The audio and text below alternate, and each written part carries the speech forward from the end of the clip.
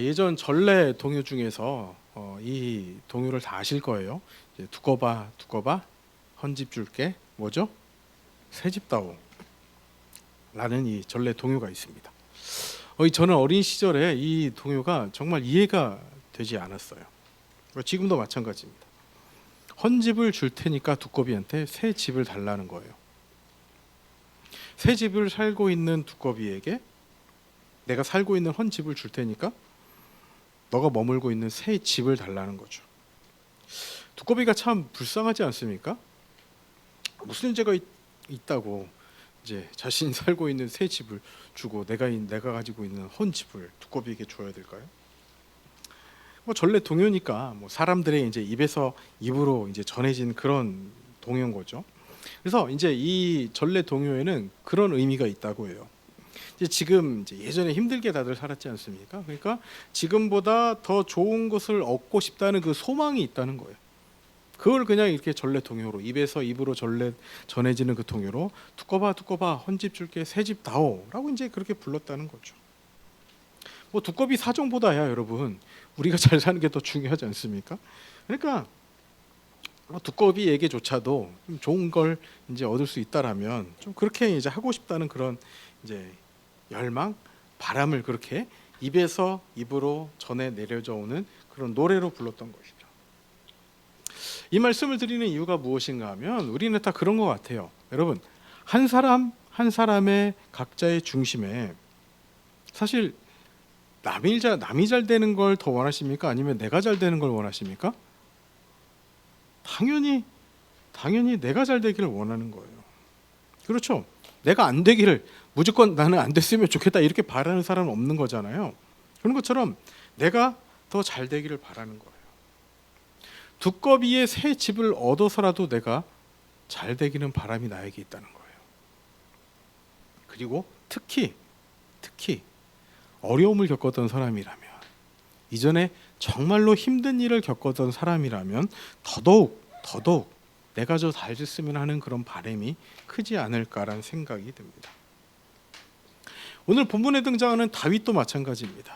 여러분 다윗은 정말로 모진 고난의 시간을 통과한 사람입니다. 정말 말도 안 되는 일을 겪은 사람인 거죠.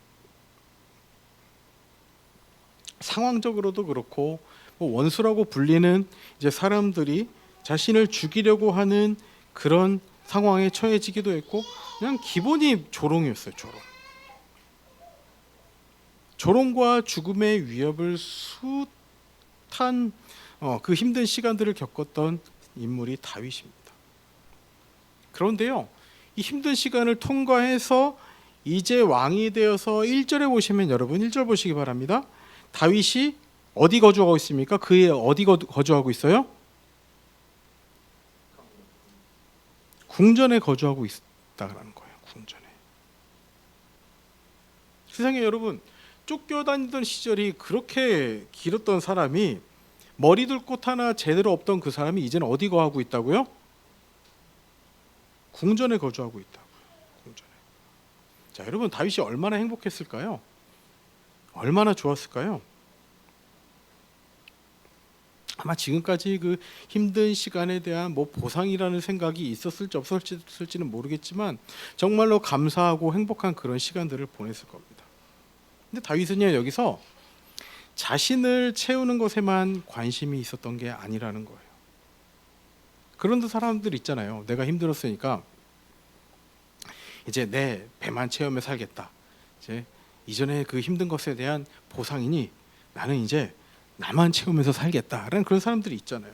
근데 다윗은요 그 시선을요 나에게서만 머무르게 하는 것이 아니라 다른 곳으로 돌릴 줄 아는 사람이었다라는 거예요. 그래서 그 시선을 처음 돌려서 바라본 곳이 어디라는 거예요? 하나님이라는 거예요. 하나님.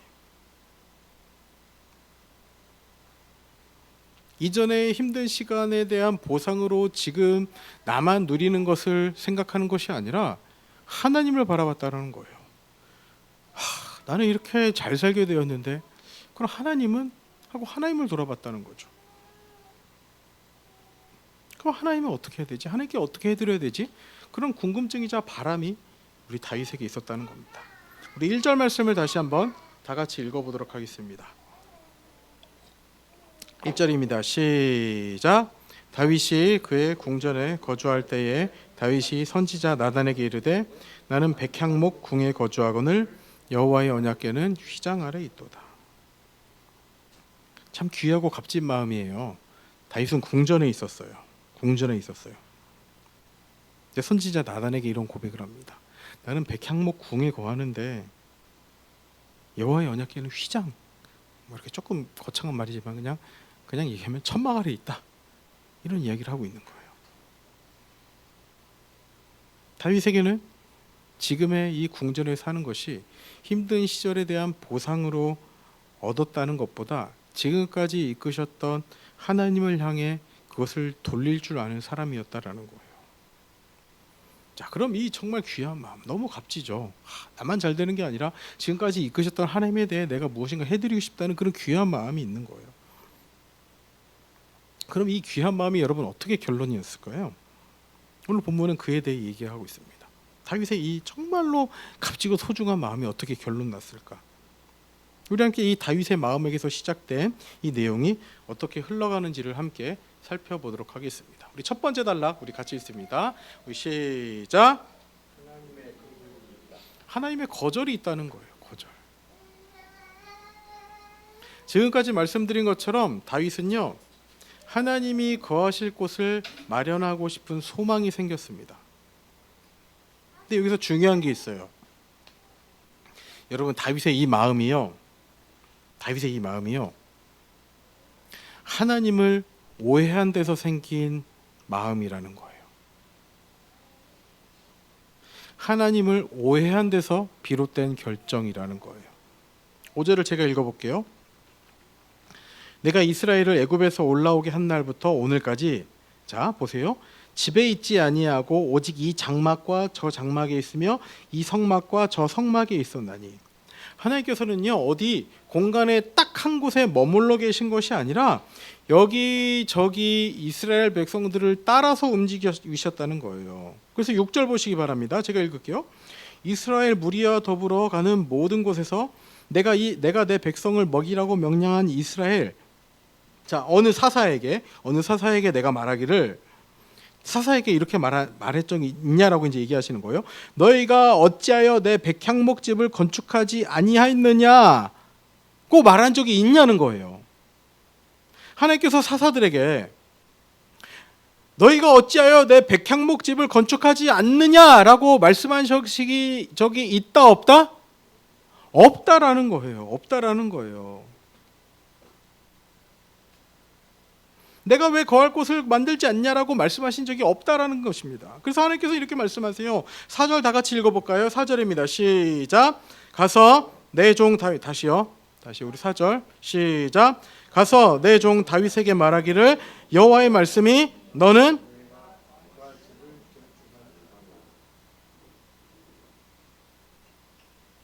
나단 선지자를 통해서 하나님께서는 다윗에게 내가 거할 집을 건축하지 말라는 거예요. 즉 거절하신 겁니다, 여러분.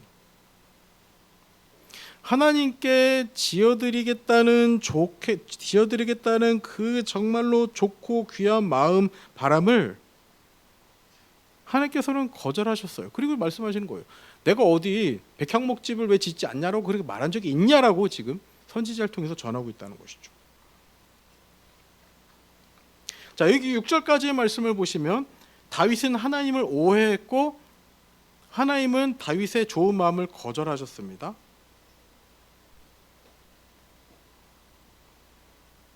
그렇지 않습니까? 내가 언제 그렇게 바란 적이 있냐? 나는 여기저기 이스라엘 백성들과 옮겨 다녔다. 그러니 여호와의 집을 건축하지 말라라고 다윗에게 정확하게 못 박아서 거절하셨다라는 거예요. 근데 여기서 저는 우리의 인생을 봅니다. 마치 우리의 인생이 그런 것 같아요. 무엇이든 어떤 것이든 그래도 우리는 신앙 안에서 살아보려고 노력을 한다고 생각을 하고 있죠. 그런데 하나님은 그 모든 노력과 상황들 가운데 나를 거절하시는 것 같아요. 내가 하나님을 제대로 모르나? 하나님이 왜 나에게 이렇게 하시지? 이런 생각이 머무를 때가 많다는 것이죠. 하나님을 향해 좋은 생각을 품었으면, 하나님을 향해 정말로 좋은 마음을 품었으면, 하나님께 이 정도 해드렸으면 그래도 어느 정도만큼은 들어주셔야 하지 않나라는 생각을 하는 것이 우리의 마음이라는 것이죠. 과연 하나님은 우리의 마음과 생각과 소원을 거절하시는 분인가? 그렇게 우리가 바라는 것 하나도 이루어주시지 않는 그런 나를 거절하시는 분인가? 또 이렇게 얘기한다면 그것은 여러분 하나님을 정말로 더 크게 오해하고 있는 부분이란 것 기억하시기 바랍니다. 여러분 우사 사건 아시죠? 우사. 이제 그 사무엘상 초반에 보면 이제 법궤를, 하나님의 법궤를 이제 엘리 제사장 때 뺏겨요. 블레셋 사람들에게 뺏깁니다. 그리고 이제 다시 찾은 그 법궤를 이제 이스라엘로 옮겨오려고 한 거예요. 저기 다른 데 있던 그 법궤를 이스라엘로 옮겨오려고 한 것이죠. 그런데 그 법궤를 옮겨올 때 율법에 기록된 대로 옮겨온 것이 아니라 어떻게 옮겨왔어요? 소가 끄는 술에 그 법궤를 올려놓고서 그렇게 이제 이동을 한 거예요. 게다가 소들이 갑자기 뭐 깜짝 놀랐는지 이제 탁 뜁니다. 뭐 어떻게 놀랐는지 모르겠어요. 그럼 그 수레에 있던 법궤가 어떻게 될 뻔했을까요? 네, 떨어져서 나뒹굴 뻔했죠. 그런데 그 떨어지려고 했던 법궤를 누가 잡았어요? 우사가 잡았습니다. 우사. 그러자 하나님께서 진노하셔서 우사가 어떻게 됐어요? 죽었어요. 이 말씀에 여러분 어떻게 생각하십니까? 좀 우사가 불쌍하게 생각되십니까? 하나님, 그럼 법궤 안에 있던 그 법궤 내용물이 여기 땅에 나뒹굴면 그러면 하나님께서 속 시원하시겠습니까? 뭐 그런 생각이 들지 않으십니까? 우사가 거기서 잡았기에 망정이지. 그 안 잡았으면은 뭐 여기저기 뿔뿔이 막 이렇게 다 흩어져서 땅바닥에 나뒹굴면서 더 비참하고 처참한 꼴을 봤을 텐데 굳이 그렇게 하셨어야만 하는 겁니까? 라는 그런 생각이 들지 않습니까? 여러분 여기서 우리가 명심해야 될 것이 있습니다. 그렇다는 거예요. 하나님은요 우리가 뭔가 지극정성을 보인다고 해서 그렇게 했으니 내가 그러면은 이렇게 봐줘야 되나? 이러신 분이 아니라는 거예요, 여러분. 하나님은 하나님께서 받아야 할 마땅할 영광을 인간의 지극정성 때문에 타협하는 분이 아니시라는 겁니다. 말라기 3장 2절 말씀에 이런 말씀이 있어요. 그가 나타나는 때에 누가 능히 서리요? 그렇게 하나님 앞에 설 수조차 없는 우리를 거룩하신 하나님 앞에 나아갈 수 있도록 돕는 그 모든 자리 가운데 그 앞에 우리가 어떻게 서야 하는지를 두렵고 떨림으로 서야 하는 그 깨달음이 있어야 된다는 거예요. 내가 이렇게 지극정성을 들였으니 내가 이렇게 했으니 하나님은 이 정도 해주셔야 되는 게 아니야 라고 생각하는 것이 아니라는 거예요. 보세요 여러분, 우리는요 생각보다 하나님을 믿는다고 하지만 우리 뜻대로 살 때가 많아요. 어떤 결정을 내릴 때도 우리가 생각하는 대로, 우리가 바라는 대로 결정할 때가 많아요. 그리고 결론을 내리죠. 그 결론을 내리기까지 하나님은 온데간데 없습니다. 그 결론으로 말미암은 어떤 일이 파생됐을 때 또 어떤 때는 하나님께 감사할 수도 있겠죠. 또 어떤 때 하나님께 원망할 수도 있겠죠.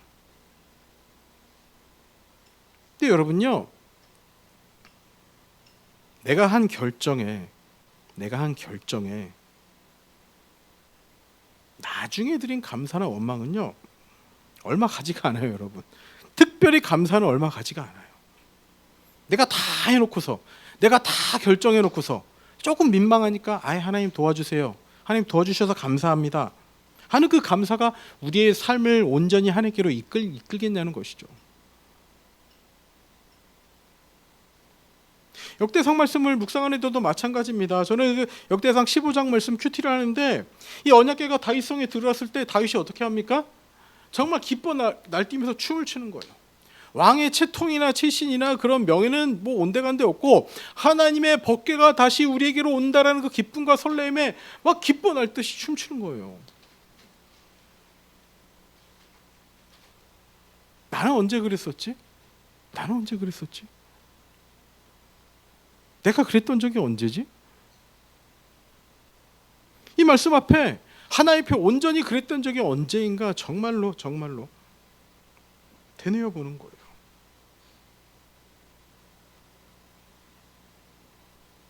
그 가운데 지금 모습을 보면 왠지 저한테서 오물이 덕지덕지 붙어 있는 것 같은 그런 생각만 드는 거예요.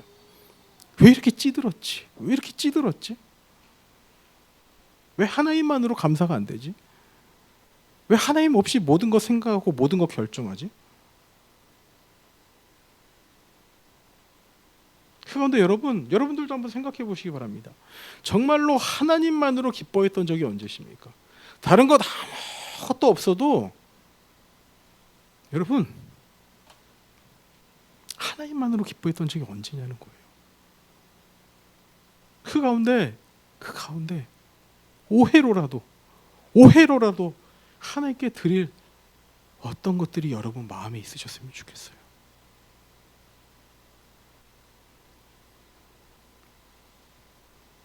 설령 거절당한다 할지라도 그 가운데 오해로라도 하나님께 드릴 마음이 무엇이냐는 것이죠.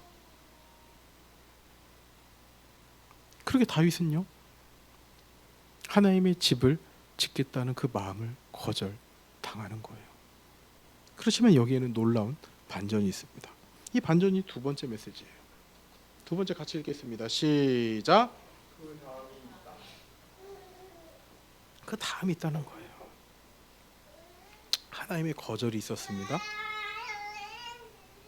두 번째는 그 다음이 있다라는 거예요. 자, 하나님께서는 내가 그걸 바랬던 적이 있냐? 나는 이스라엘 백성들과 여기저기 옮겨 다녔다. 그 집을 건축하지 말라 말씀하시고서는, 즉 다윗의 바람을 거절하시고서는 거기서 끝내시는 분이 아니라는 거예요. 그 다음이 있는 분이라는 겁니다. 6절까지만 읽으면 마치 매몰차게 다윗을 거절하는 것 같이 느껴지지만 7절부터는 하나님께서 놀라운 약속을 허락하시는 거예요. 일단 다윗에게 하시는 말씀을 들어보도록 하겠습니다. 7절입니다. 7절 제가 읽을게요. 또한 내 종 다윗에게 이처럼 말하라.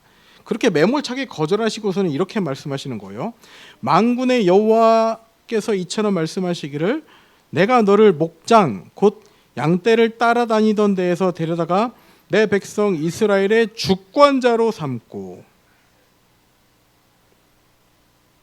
너 목장에서 양치던 사람이었지, 그걸 데려다가 내 백성 이스라엘의 주권자로 삼겠다라고 말씀하시는 거예요.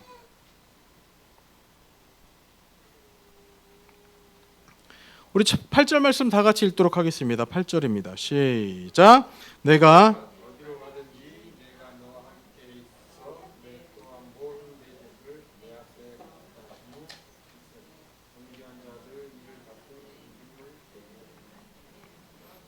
자, 너가 어디로 가든지 내가 너와 함께 있겠다.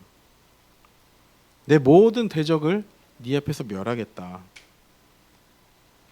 세상에서 존귀한 자들의 이름 같은 이름을 너에게 만들어 주겠다. 그렇게 동행을 약속하십니다. 내 이름을 높여주겠다 말씀하시는 거예요. 근데 이 말씀을 보시면 여러분들 그렇게 생각할 수도 있을 것 같습니다. 목사님, 이건 하나님이 다윗에게 주신 말씀이지 뭐 저에게 주시는 말씀이 아니지 않습니까? 이제 다윗을 그 예수 그리스도로 오실 통로로 준비하기 위해서 하나님께서 하신 말씀이지 저에게 주시는 말씀이 아니지 않습니까? 라고 생각하시는 여러분들을 위해서 10절의 뒷부분 말씀이 있는 거예요. 자, 10절입니다. 전에 내가 사사에게 명령하여 내 백성 이스라엘을 다스리던 때와 같이 아니하게 하고 또 내 모든 대적으로 내게 복종하게 하리라. 또 내게 이르노니, 여기서부터 읽습니다. 시작. 또 내게, 시작. 또 내게 이르노니 여호와가 너를 위하여 한 왕조를 세울지라.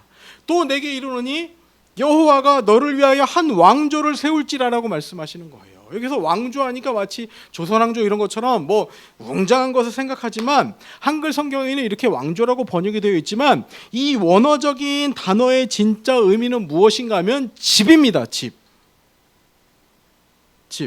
여러분, 다윗이 하나님께 무엇을 지어드리길 원했었죠? 집을 지어드리기를 원했어요. 그렇지만 하나님께서는 그 다윗의 그 바람을 거절하고 대신 하나님께서 무엇을 지어주시겠다고요? 다윗에게 집을 지어주시겠다라는 거예요. 하나님께서 우리에게 이러시는 겁니다. 진호야, 새 집 줄게. 헌집다오. 아니, 진호야, 새 집 줄게.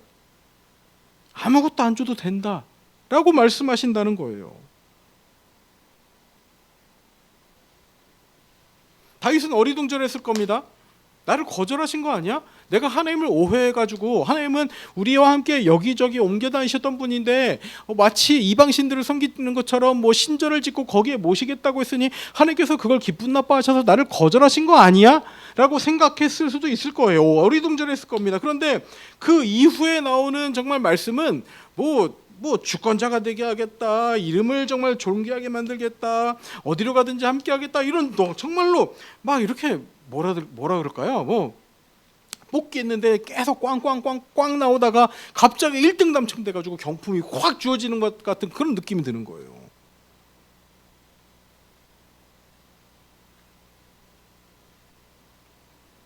여러분, 하나님의 방법이 그겁니다. 하나님을 오해해서 생긴 그런 하나님의 뜻, 하나님의 이끄심, 거기서 끝. 짓지 말라, 끝. 그 이후에는 다시금 하나님의 방법으로 우리를 빚어져 가신다는 거예요. 이것이 디모데후서 3장 16절에서 말씀하시는 교훈, 책망 이후에 바르게 하시고 의로 교육하는 길로 이끄신다는 거예요. 그래서 갑자기 하나님께서 엄청난 약속을 이렇게 풀어놓으시더니 내가 드리고자 했던 그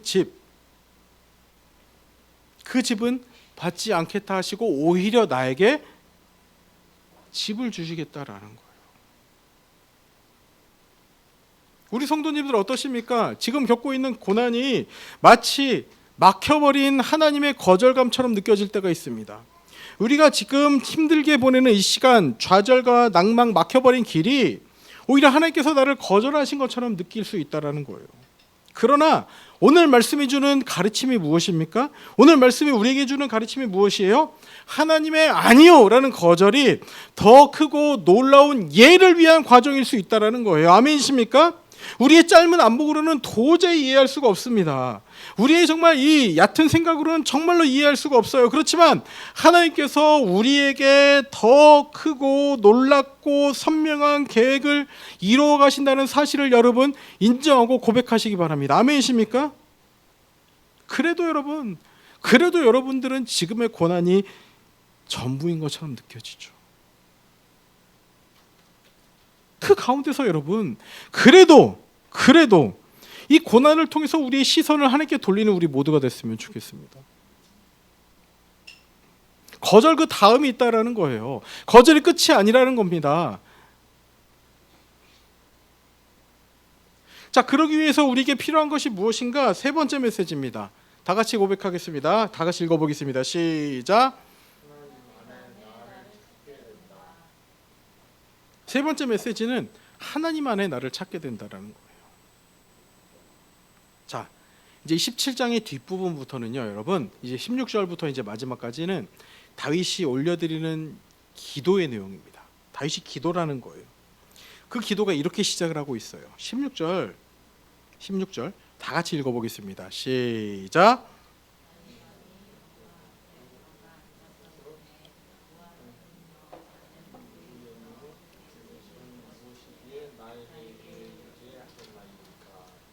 여호와 하나님이여,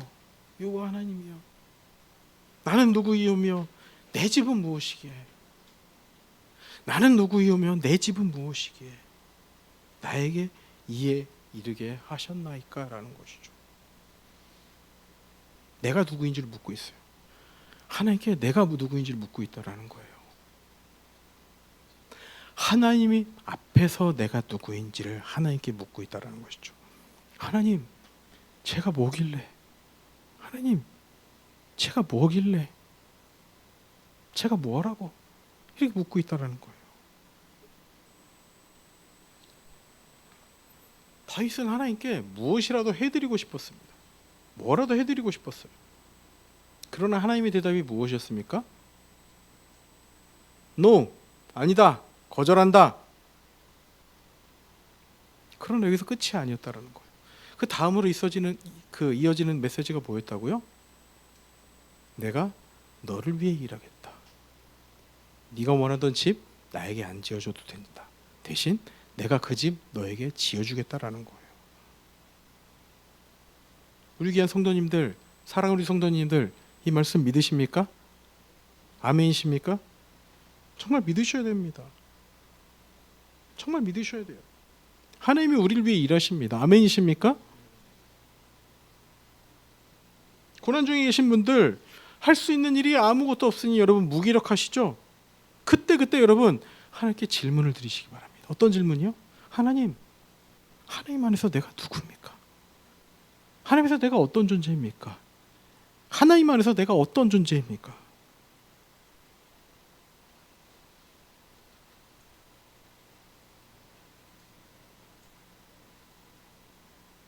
정말로 아무것도 할 수 있는 것이 없이 무기력하게 느껴질 때, 그때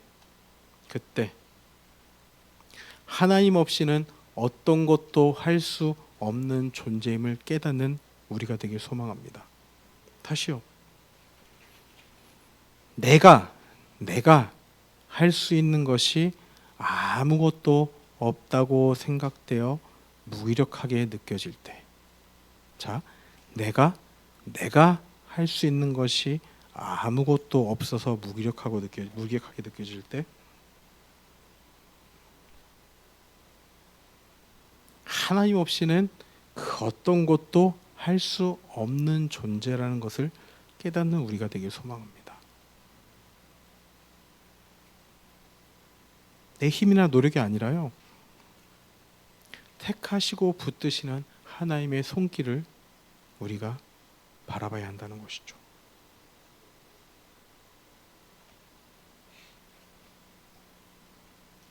이해할 수 없는 그 고난 앞에서도요, 여러분 하나님께 엎드려서 그 하나님을 찾아보시기 바랍니다. 하나님을 찾으시고 나를 찾으세요. 하나님, 내가 누구입니까? 내가 누구입니까?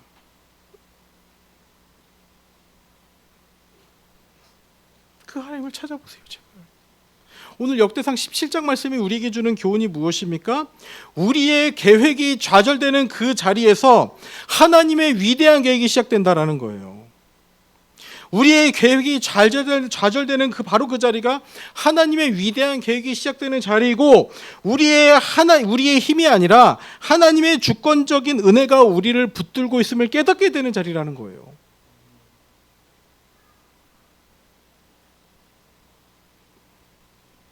다시 말씀드립니다.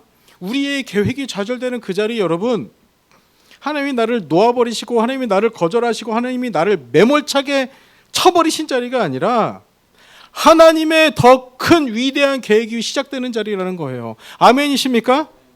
우리의 힘이 아니라 내 힘으로 할 수 있는 것이 아무것도 없음을 고백할 수밖에 없는 상황이기에 우리가 할 수 있는 것이 무엇인가? 하나님의 주권적인 은혜가 제발 우리를 붙들어 달라고 하나님께 매달리는 방법밖에 없다라는 거예요.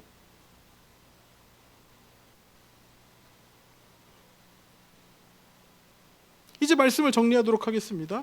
오늘 본문의 큰 구조는 이래요. 다윗의 바람이 있었어요. 다윗의 바람이 무엇이었죠? 하나님을 위해 뭘 짓고 싶어 했죠? 성전, 집을 짓고 싶어 했습니다. 그러나 하나님께서는 이를 거절하셨어요. 정말로 기특한 마음이었지만 하나님은 아유, 네 마음 기특하니 내가 받아줘야겠다라고 말씀하신 게 아니라 하나님은 하나님의 영광을 하나님의 영광밖에 받으십니다. 그것을 위해서 성전 짓는 것을 지금 당장은 거절하셨어요. 거절이라는 하나님의 대답이 있었습니다. 다윗의 바람이 있었고 거절이라는 하나님의 대답이 있었던 거예요. 그러나 거기가 끝이 아니라 뭐가 있었다고요? 두 번째 메시지였죠. 그 다음이 있었다라는 거예요. 그 다음. 여러분, 저는 우리의 삶이 6절에서 7절로 넘어가기 원합니다. 아멘이십니까? 7절부터는 영원한 약속이 시작되는 거예요. 6절까지는 하나님의 거절이 있습니다. 7절부터는 영원한 약속이 시작되는 거예요. 그리고 그 약속은 어떠한가? 내 대해서 끝나는 약속이 아니라 대를 잇는 축복과 약속에 대한 메시지가 줄줄이 이어지는 거예요. 그런데 우리는 자꾸 어디에 머물러 있어요? 6절까지만 머물러 있습니다. 하나님이 왜 거절하셨지? 하나님이 왜 내 기도를 안 들어주셨지? 그래, 하나님은 그런 분이야. 내 기도는 듣지도 않으셔. 나한테 관심도 없으셔. 나에게 멀리 계신 하나님이야. 자꾸 6절까지에만 머물러 있다라는 거예요. 여기서 멈추는 것이 아니라 7절로 넘어가는 우리 모든 성도님들 되시기 바랍니다. 하나님의 약속을 향해 눈을 돌리시기 바랍니다. 여러분들에게 하나님께서 어떤 약속을 주셨습니까? 나에게 주신 약속은 이것이다. 확실하게 말할 수 있는 것이 무엇입니까, 여러분? 이 약속이 우리에게 가져다 주는 게 뭐예요, 여러분? 하나님의 약속이 있는 자들에게 약속이 있는 자들이 가지는 마음이 무엇입니까? 내가 했다라는 말을 못하게 한다는 거예요. 하나님이 하실 것에 대한 믿음을 고백하게 한다는 것이죠. 그리고 이 시간들이 지나서 지금 결론에 다다랐을 때 고백할 수 있는 것이 무엇입니까? 다윗의 기도처럼 이야, 내가 잘했다. 와, 내가 이 정도 이뤘네 라는 고백이 아니라 하나님, 내가 뭡니까? 내가 무엇이라고 하나님께서 이렇게 나에게 행하셨습니까? 라는 고백을 할 수 있게 된다라는 거예요. 쉽지 않는 현실, 막막한 시간들을 지나면서 우리가 바랄 것이 무엇입니까? 여러분, 우리가 뭘 바라겠어요? 하나님 빼고 여러분 이 시간들을 어떻게 지나가시겠습니까?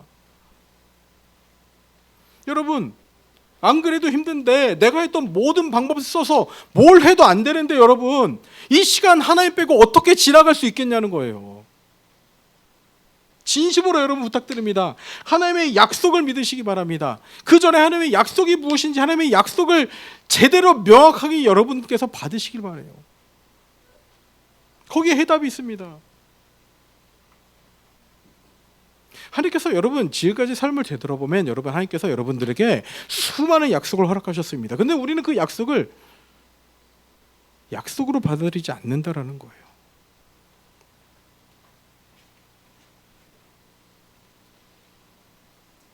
다시 한번 여러분께 질문합니다. 여러분, 하나님의 어떤 약속이 있으십니까?